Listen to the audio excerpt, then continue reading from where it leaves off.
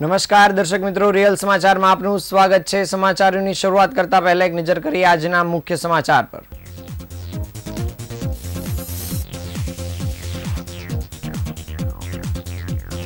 સુરતમાં વરસાદી આફત બાદ અસરગ્રસ્ત વિસ્તારમાં પાલિકા દ્વારા યુદ્ધના ધોરણે સફાઈ કામગીરી હાથ ધરવામાં આવી।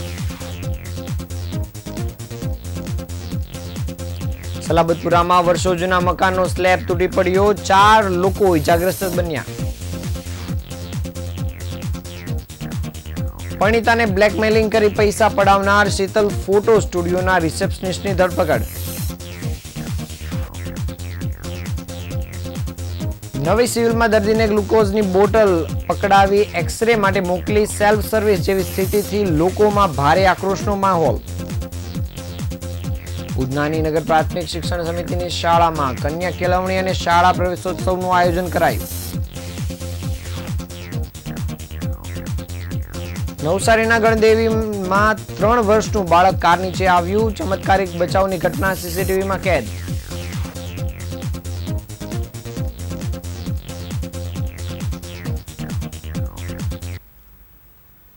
સમાચાર વિગતે જોઈએ। સુરતમાં છેલ્લા 1 સપ્તાહમાં જે પ્રમાણે વરસાદ વરસ્યો છે તેના કારણે અલગ અલગ વિસ્તારમાં અંદર પાણી ભરાવાની સમસ્યા ઊભી થઈ હતી અને મોટી માત્રામાં પાણી ભરાઈ ગયા હતા। ખાસ કરીને ઉપરવાસમાં થયેલા વરસાદ બાદ દર વર્ષની માફક આ વર્ષે પણ ખાડીપૂરની સ્થિતિ સર્જાઈ છે। ખાડીપૂરના લીધે આખા વિસ્તારમાં દૂષિત પાણી ફરી વળતા રોગચાળા ફેલાવાની દહેશત જોવા મળી રહી છે। સુરતમાંથી પસાર થતી મીઠી ખાડીની આસપાસના વિસ્તારમાં ચોમાસા દરમિયાન મુશ્કેલીઓ સર્જાતી હોય છે। સુરત જિલ્લામાં જ્યારે પણ વરસાદ વધુ ખાબકતો હોય છે ત્યારે તેનું સીધું પાણી ખાડી મારફતે સુરત શહેરમાં અને ત્યારબાદ દરિયા તરફ જાય છે। આ વર્ષે પણ સુરત શહેરમાં ભારે વરસાદ વરસ્યો હતો, તેને પગલે જિલ્લામાં પણ વરસાદ થતાની સાથે જ સુરત શહેરના વિસ્તારમાં પાણી ભરાઈ ગયા હતા, પરંતુ ફરી એક વખત ખાડીની આસપાસના વિસ્તારમાં પાણીનો ભરાવો છેલ્લા 3 દિવસથી જોવા મળ્યો હતો। ગઈકાલ સાંજથી પાણીનું સ્તર ધીરે ધીરે ઘટતાની સાથે જ લોકોએ હાશકારો અનુભવ્યો હતો। જો કે જે વિસ્તારની અંદર પાણી ઓસરી ગયું હતું ત્યાં આરોગ્ય વિભાગની ટીમ દ્વારા ખડેપગે કામ હાથ ધરવામાં આવ્યું હતું। ખાડીનું દૂષિત પાણી હોવાના પગલે રોગચાળો ફેલાવાની પૂરેપૂરી શક્યતા હોય છે, ત્યારે આરોગ્ય વિભાગ દ્વારા તમામ વિભાગમાં કામગીરી હાથ ધરવામાં આવી હતી। તો બીજા તરફ પાલિકાની સફાઈ ટીમ દ્વારા આ વિસ્તારોમાં સફાઈ કામગીરી હાથ ધરવામાં આવી હતી। પૂર ઝડપે પાલિકા દ્વારા સફાઈ કામગીરી હાથ ધરવાની સાથે આરોગ્ય વિભાગ દ્વારા પણ રોગચાળો ન ફેલાય તેની તકેદારી લેવામાં આવી હતી।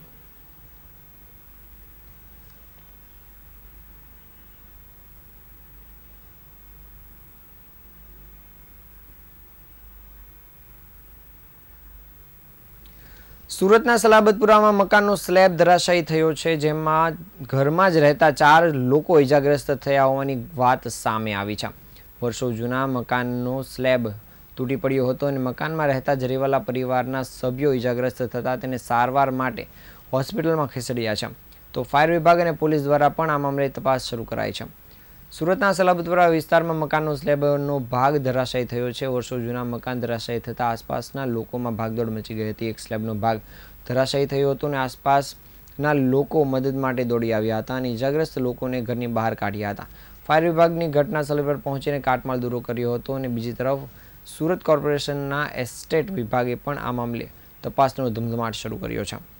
સુરતમાં ફરી એકવાર મકાન ધરાશાયી થવાની ઘટના બની હતી અને આ ઘટના હોડી બંગલા વિસ્તારમાં બની હતી, જેમાં મકાનમાં કેટલાક લોકો રહેતા અને અચાનક મકાન ધરાશાયી થયું હતું અને આ મકાનમાં કેટલાક લોકો દબાઈ ગયા હોવાની શક્યતા છે, પરંતુ તેવું કંઈ સામે આવ્યું નથી અને ફાયર વિભાગની ટીમે કાટમાળ દૂર કર્યો હતો। વરસાદના કારણે સૌથી વધારે મકાન ધરાશાયી થવાની ઘટના બની છે અને જેમાં વરસાદનું પાણી દિવાલમાં ભેજ હોવાથી દિવાલ પોચી બને છે અને ધરાશાયી થાય છે, ત્યારે સ્થાનિકોને જાણ હોય છે અને આ બાબતની જાણ હોવા છતાં જર્જરિત મકાનમાં રહીને પોતાનો જીવ જોખમમાં મૂકતા હોય છે। કોર્પોરેશન દ્વારા અવારનવાર આવા મકાનોના માલિકોને જાણ કરવામાં આવે છે, તેમ સત્તાવાર તેઓ આ ઘર ખાલી કરતા નથી અને જેના પગલે આવી ધરાશાયી બનતી ઘટનાઓના પગલે લોકોને ઇજાગ્રસ્ત થવાનો વારો આવે છે।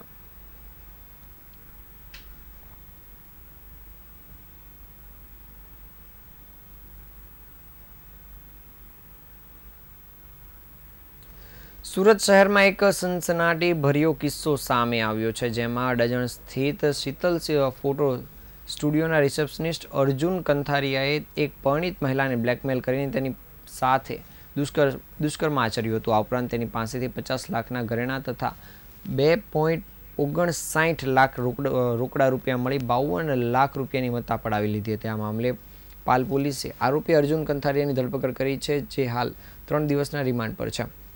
લાલ દરવાજાની એક પરિણીતા પોતાની દીકરીના ફોટોશૂટ માટે અડાજણના શીતલ ફોટો સ્ટુડિયોમાં ગઈ હતી અને અહીં તેની મુલાકાત રિસેપ્શનિસ્ટ અર્જુન કંથારિયા સાથે થઈ હતી અને અર્જુને વાતોમાં ભોળવી પરિણીતા સાથે સંપર્ક વધાર્યો હતો અને ધીમે ધીમે તેણે પીડિતાને પોતાની જાળમાં ફસાવી હતી. જૂન 2024માં અર્જુને પીડિતાને રાંદેર મશાલ સર્કલ પાસે મળવા બોલાવી અને હોટલમાં જવાની વાત કરી હતી.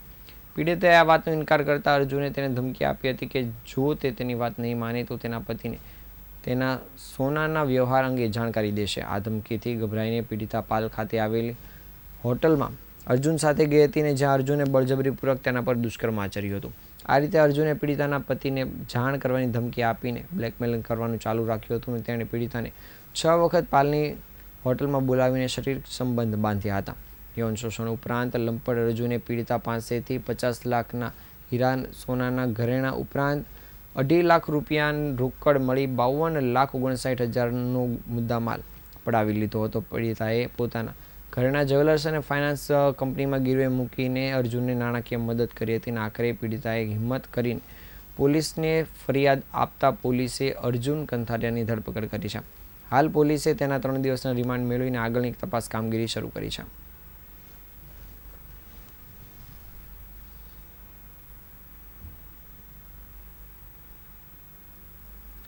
સુરતની નવી સિવિલ હોસ્પિટલ ફરી એકવાર તંત્રની બેદરકારીના કારણે વિવાદમાં આવી છે. હોસ્પિટલના સર્જરી વિભાગના 7Bમાં એક દર્દીને ગ્લુકોઝની બોટલ હાથમાં પકડાવીને એક્સરે માટે મોકલી દેવામાં આવ્યો હતો અને દર્દી ગ્લુકોઝ બોટલ લઈને વોર્ડની રેડિયોલોજી વિભાગ સુધી પોતે જ પહોંચ્યો હતો.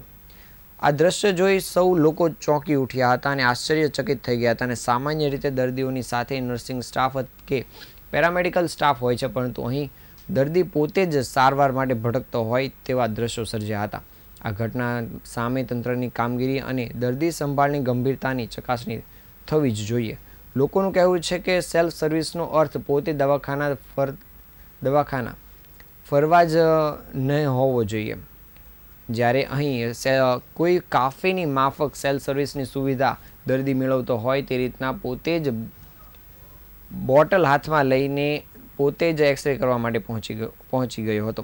હવે પ્રશ્ન એ ઉઠે છે કે આરોગ્યની સંવેદનશીલ જગ્યાએ આવી બેદરકારી કેવી રીતે ચાલે અને તંત્ર દ્વારા જવાબદારી નક્કી કરવામાં આવે છે કે નહીં તે જોવું રહ્યું. આ મામલે તાત્કાલિક તપાસની માંગ લોકો દ્વારા કરવામાં આવી રહી છે.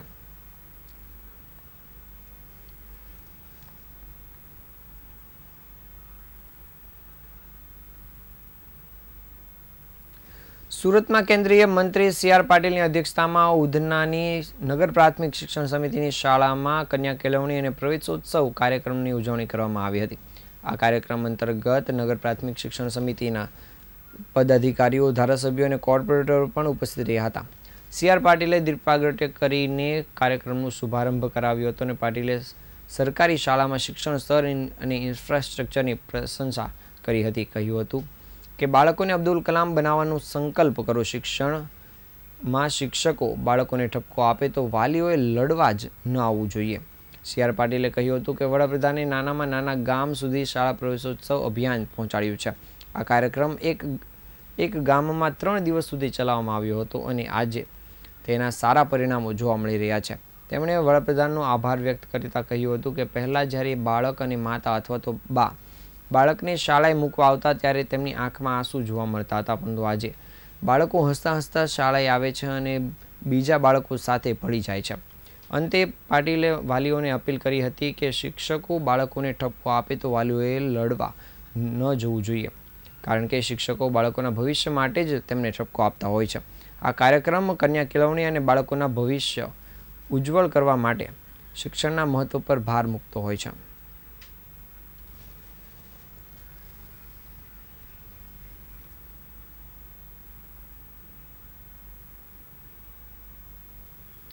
કહેવાય છે કે ભગવાન જેની રક્ષા કરે તેને કંઈ પણ થતું નથી. એવું જ કંઈક નવસારી જિલ્લામાં બન્યું છે. નવસારી જિલ્લાના ગણદેવીમાં જ્યાં કાર નીચે આવી ગયેલ 3 વર્ષના બાળકનો આશ્ચર્યજનક બચાવ થયો છે. બાળક ઘરની બહાર રમી રહ્યું હતું ત્યારે અચાનક સામેથી આવતી ફોર્ચ્યુનર કાર નીચે આવી ગયું હતું અને દરમિયાન આ ઘટના પરિવારના સભ્યો અને વાહન ચાલકોની સતર્કતા તેમજ તીવ્રતાને આધારે બની હતી. આ વાહન ચાલક તેમજ પરિવારના સભ્યોની તીવ્ર પ્રક્રિયાના કારણે બાળકને કોઈ ગંભીર ઈજા પહોંચી ન હતી. આ સમગ્ર ઘટના બાળકના ઘરે લાગેલા સીસીટીવી કેમેરામાં કેદ થઈ જવા પામી છે. સીસીટીવી ફૂટેજમાં સ્પષ્ટ દેખાય છે કે કેવી રીતે બાળક રમતા રમતા અચાનક કાર નીચે આવી ગયું હતું અને કેવી રીતે તાત્કાલિક કાર્યવાહીથી તેમનો જીવ બચ્યો હતો.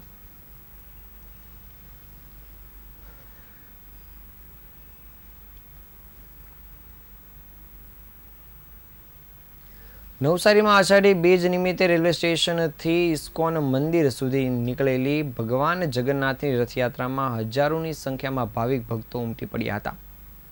નવસારી ગણદેવી રોડ પર આવેલ અગ્રવાલ કોલેજ પાસેના ઇસ્કોન મંદિર દ્વારા અષાઢી બીજ નિમિત્તે પરંપરાગત રીતે નવસારી રેલવે સ્ટેશનથી જગન્નાથ રથયાત્રાનું આયોજન કરવામાં આવ્યું હતું, જેમાં ભગવાન શ્રી જગન્નાથજી, તેમના મોટા ભાઈ બલદેવજી અને બહેન સુભદ્રાના સંગાથે નગરચર્યા પર નીકળ્યા હતા. નવસારી શહેરના જાહેર માર્ગો પર નીકળેલી ભગવાન જગન્નાથજીની રથયાત્રાને જોવા અને ભગવાનના દર્શન કરવા અને ઉમળકાભેર વધાવવા માટે હજારોની જનમેદની ઉમટી પડી હતી. ભગવાનની નીકળેલી રથયાત્રાના દર્શનનો લાહવો લઈને ભક્તોએ ભગવાન જગન્નાથજીને પ્રિય એવી કર્માબાઈની ખીચડી અને કેળાનો પ્રસાદ ગ્રહણ કર્યો હતો. આજની રથયાત્રામાં કાયદો વ્યવસ્થાની પરિસ્થિતિ જાળવવા માટે નવસારી પોલીસે ખડેપગે સેવા પણ આપી હતી.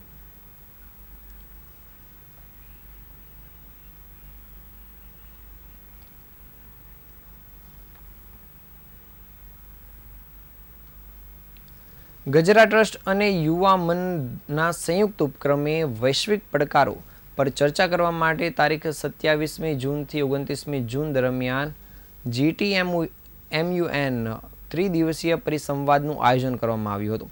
આ આયોજન ગજેરા ગ્લોબલ સ્કૂલ પાલ ખાતે કરવામાં આવ્યું હતું. આ કોન્ફરન્સનું ઉદ્ઘાટન શુક્રવારે 27મી જૂનના રોજ કરાયું હતું. આ ઉદ્ઘાટન સમારોહમાં યુથ ફોર ગુજરાત ચેરિટેબલ ટ્રસ્ટના પ્રમુખ Jigneshbhai Patil, disable welfare trust of ઇન્ડિયાના founder Padmashri Kanubhai Tailor, lipid association of ઇન્ડિયાના પ્રમુખ doctor Pavan Patel, film producer Chandresh Bhatt, film actor Sunil Vishrani, movie actor miss Komal Thakkar, casting director Amit Thakar, psychologist અને એવા ડૉક્ટર મુકુલ ચોકસી સહિતના મહેમાનશ્રીઓ ઉપસ્થિત રહ્યા હતા. આશરે 15 શાળાના 450 વિદ્યાર્થીઓ અને તેમના વાલીઓ પણ હાજર રહ્યા હતા. તારીખ 28મી જૂન અને 29મી જૂનના દિવસે યોજાનાર પરિસંવાદ અંતર્ગત લોકસભા, IPL, UNP, GLA જેવી 14 વિવિધ કમિટીઓમાં આશરે 450 જેટલા વિદ્યાર્થીઓ અલગ અલગ મુદ્દાઓ પર તાર્કિક વિચારો અને રાજકીય દ્રષ્ટિકોણ સાથે પોતાનું નેતૃત્વ દેખાડ્યું હતું. જ્યારે આવતીકાલે 29મી જૂનના રોજ સાંજે 6 કલાકે આ કોન્ફરન્સના પૂર્ણાહુતિ સમારંભમાં અત્યંત ધારદાર અને તાર્કિક રજૂઆત કરનાર ડેલિગેટને વિવિધ ઇનામની સન્માનિત પણ કરવામાં આવશે. વિદ્યાર્થીઓમાં સંશોધન અને વૈચારિક કૌશલ્ય તેમજ નેતૃત્વ કૌશલ્યનો વિકાસ થાય તે હેતુસર આ સમગ્ર કોન્ફરન્સનું આયોજન કરવામાં આવ્યું હતું.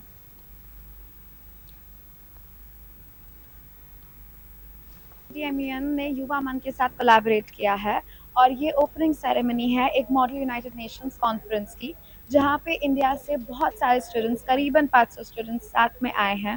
अलग अलग कमिटीज़ में वो डिस्कशंस करने वाले हैं बहुत अलग अलग तरह के ग्लोबल इश्यूज़ में, जैसे कि लोकसभा, AIPPM एंड UNW. इसी तरह से 12 और कमिटीज़ हैं जो साथ में बैठकर ग्लोबल इश्यूज़ पे बात करेंगे और उसका सोल्यूशन निकालेंगे. सो इसमें जो हमने ये कॉन्फ्रेंस रखा है उसका बेसिक ऑब्जेक्टिव जो है वो यही है कि सारे बच्चों को, जो बोलते हैं कल के लीडर्स हैं, उनको आज के लीडर्स के बारे में अगर नहीं पता होगा तो कल लीडर बनना तो दूर की बात है. तो आज जब वो लोकसभा में बैठेंगे, UNW में बैठेंगे और अलग अलग कमिटीज़ में बैठेंगे, उनको पता चलेगा कि एक लीडर बनना एक्चुअली होता क्या है. स्कूल में लीडर बनना शायद बहुत आसान हो, लेकिन एक पूरी कंट्री, एक पूरे देश को चलाना बहुत बड़ी बात है, क्योंकि बातें तो हर कोई कर लेता है लेकिन करके दिखाना ज़्यादा इम्पोर्टेंट है. આ હતા આજના સમાચાર. નવા સમાચાર સાથે ફરી મળીશું. ત્યાં સુધી રજા આપશો. નમસ્કાર.